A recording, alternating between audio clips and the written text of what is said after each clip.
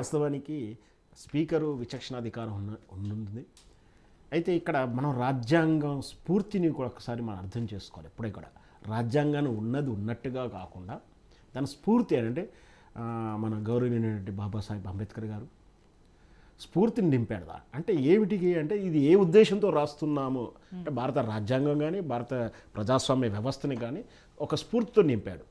అంటే ప్రజలే చివరికి పరమావధి, వాళ్ళే దైవాంశ సంభూతులు, ప్రజల మద్దతు, ప్రజల వ్యతిరేకత, ఇది పరమావధి ఉంటూ ఇక మామూలుగా న్యాయ విషయాలు చూస్తే నేరం చేసిన శిక్ష పడాలి, అంతకన్నా ముఖ్యంగా అపరాధికి శిక్ష పడవద్దు, ఇది స్ఫూర్తినిచ్చినటువంటి. అట్లాగే ఈ స్పీకర్ అనేది అసెంబ్లీ కదండి, కోర్టు వ్యవహారంలో జడ్జి గారికును ఈ పార్లమెంటు వ్యవస్థలో ఈ అసెంబ్లీ కావచ్చు, దిగువ సభ కావచ్చు, ఎగువ సభ కావచ్చు, స్పీకరే పరమావధి, ఆయన నిర్ణయం తుది అయినప్పటికీ ఇక్కడ భారత రాజ్యాంగ స్ఫూర్తి ప్రజాస్వామ్యం కాకించబడదు అనేది ఉన్నది. కాబట్టి ఈ మధ్యకాలంలో జరిగినటువంటి కొన్ని సంఘటనల ఆధారంగా సుప్రీంకోర్టు కూడా కీలక తీర్పులు ఇచ్చిన నేపథ్యం ఉంది.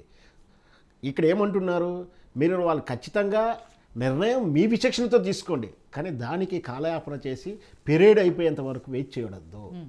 అంటే ఒక 6 నెలలు 3 నెలలు ఉన్నాయంటే ఎవరు కూడా అంత సీరియస్ పట్టించుకోరు.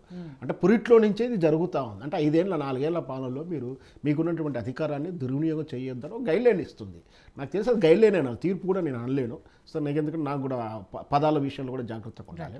ఒక గైడ్లైన్ ఇస్తుంది. ఆ గైడ్లైన్లో ఖచ్చితంగా అది నిలబడేటువంటి అంటే ఆ ఇచ్చిన తీర్పుతోటే మనం బహుశా నాకున్నటువంటి కర్ణాటకలో ఎక్కడో గెయిన్ అయ్యారు, దాన్ని కూడా మహారాష్ట్రలో అనుకుంటా ఎక్కడ నిర్ణయం తీసుకోవాల్సిన పరిస్థితి వచ్చింది స్పీకర్.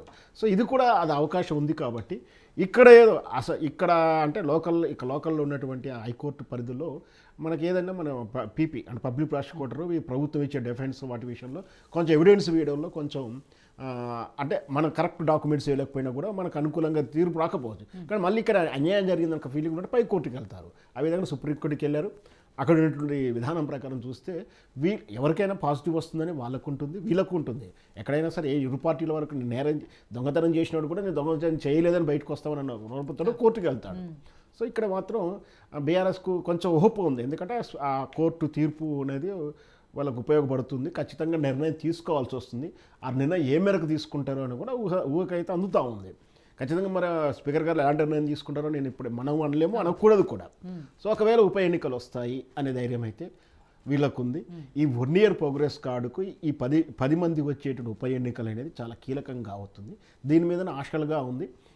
ఇదే ఆందోళన కలిగిస్తే రేవంత్ రెడ్డి గారికి ఈ పరిస్థితులు అంటే ఉన్నట్టు ఖచ్చితంగా మాత్రం నేను మొత్తం చెప్తా ఉన్నాను, ఈ ఉప ఎన్నికలు వచ్చే పరిస్థితి ఉంది. అది ఎమ్మెల్సీ గారిది కోదండరామ్ గారిది పెండింగ్లో ఉంది. ఇంకా ఎప్పుడు తరచూ చెప్పేటువంటి ఓటు అదే అన్నాను కాలేదంటున్నారు సార్. ఓటు అయిపోయింది, అసెంబ్లీలో అయింది, మాట్లాడుతున్నారు. అదే కోదండరామ్ గారి ప్రమాణ స్వీకారం కూడా అయింది.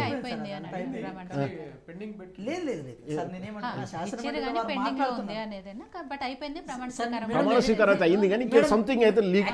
సార్కి ఏంటంటే దాసోల్ శ్రవణ్ గారు పెట్టిన పిటిషన్ ఏదైతే ఉందో దాన్ని కన్సల్టేట్ చేసే ప్రయత్నంలో ఉన్నారు, కానీ అక్కడ లింక్ దొరుకుతలేదు సార్కి. సార్ నేనేమంటున్నాను, లింక్ కాదు, నేను ఇదే నేను అది ప్రమాణ స్వీకారం అయిందని ఉన్నాను, కాలేదనేసరికి నేను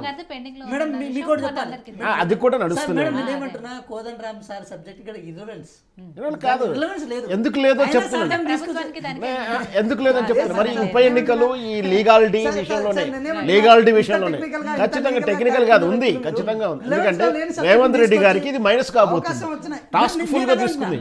The conclusion is that Shravan sir ఆ మైనస్ అనే అంశాన్ని కన్సల్టేట్ చేయడం కోసం ఇదన్నా తీసుకొచ్చి ఖచ్చితంగా చేస్తాను. రేవంత్ రెడ్డి మైనస్ ఉందనే ఇప్పుడు మేడం అడిగిన ప్రశ్న కూడా అదే కదా. నేనేమంటున్నా ఒక అనలిస్ట్ గా యు ఆర్ సక్సీడ్, మరి మీరు పర్సెప్షన్ బిల్డ్ చేసి దాన్ని కన్సల్టేట్ చేద్దాం అనుకుంటున్నారు.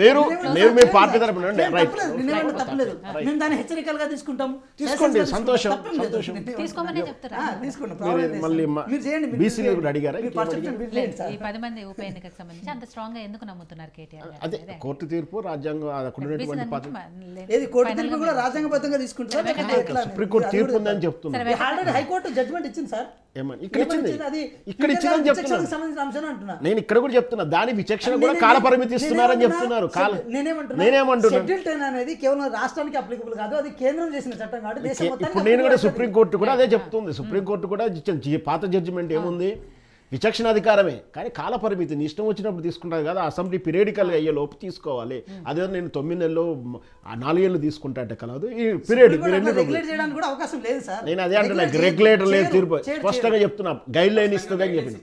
లే గైడ్ లైన్ ఇస్తుంది, ఖచ్చితంగా ఇస్తుంది. గైడ్ లైన్ ఇస్తుంది. నీకన్నా ముందే చెప్పాను, గైడ్ లైన్ ఇస్తుంది. నేను సూచిస్తాను, గైడ్ లైన్, సూచనలు, సలహాలు అది ఇస్తుంది. మీరు ఎంతవరకు చేయగలుగుతారో అని బౌండింగ్ చేస్తుంది. మీరు 2 నెలల్లో చెయ్యండి అడగదు, మీరు ఎంతవరకు లోపు చేస్తారని అడుగుతారు. వాళ్ళతోటి అనిపించే బౌండింగ్ అనేది చేస్తుంది. ఖచ్చితంగా అదే నేనే చెప్తున్నాను, గైడ్ లైన్ ఇస్తుండొచ్చు, గైడ్ లైన్ ఇస్తుంది. ఇక బీసీ అంటే ఇక అది జరుగుతుంది. మీరు అది చెప్తారు కానీ బీసీలకు సంబంధించి.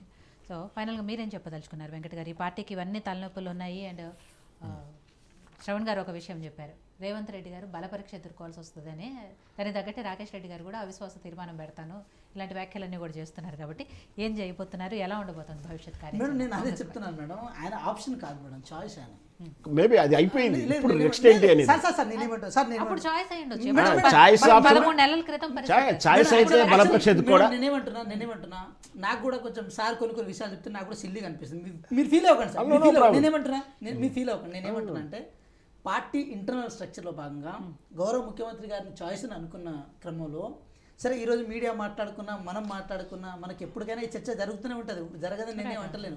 కానీ విషయం ఏంటంటే మేడం, గౌరవ ముఖ్యమంత్రి గారి ఆలోచన మొత్తం కూడా చేస్తున్న పథకాలని, చేస్తున్న అభివృద్ధిని జనాల్లో తీసుకెళ్లే క్రమంలో ఎక్కడో లోపం ఉన్నదని చెప్పి ఆ చిన్నపాటి ఆయన బాధ అయితే ఉంది ఆయనకు, లేదని నేను అంటలేను. అంత పేపర్ పబ్లిసిటీలు ఇచ్చుకుంటూ, హోల్డింగ్లు పెట్టుకుంటూ,